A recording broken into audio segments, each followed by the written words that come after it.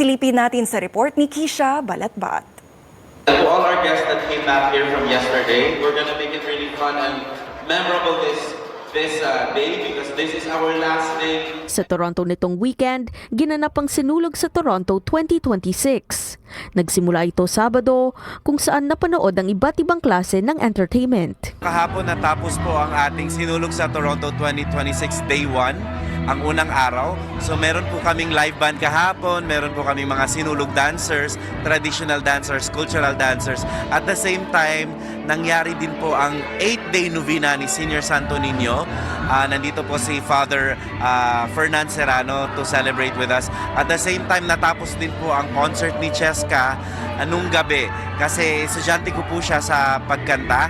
So binigyan ko po siya ng platform para ma-showcase ang kanyang talent kagabi. Ikinatuwa ng organizer ang oportunidad na mapasaya ang mga dumalo at nagpasalamat sa suporta ng komunidad. Ang pistahan hindi raw nalalayo sa pistahang ginaganap sa Pilipinas. Ang pagkakaiba lang po is lugar, pero kung paano namin i-celebrate, ganun din po dito. Kasi ang nangyari po, ginawa kong free admission at ginawa ko ring free parking at para din po siyang bazaar na parang nasa Fuente Ismeña tayo sa Cebu na naglalakad-lakad pag tayo nagsa-celebrate ng sinulog natin.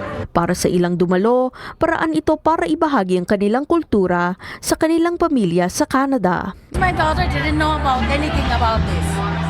So, to introduce my culture, I guess, it reminds us back home. It's like a family gathering. We celebrate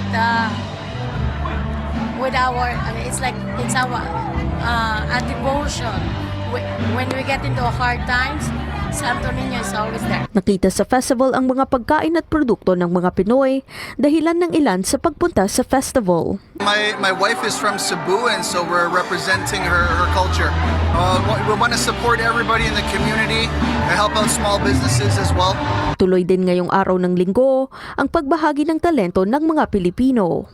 Nakita ang pagtugtog ng isang banda.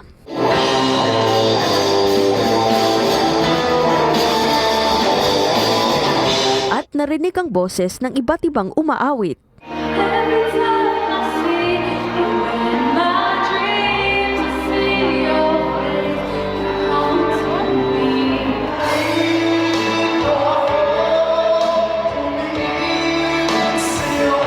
Ang ilan din lumuhok sa Sinulog Idol singing competition.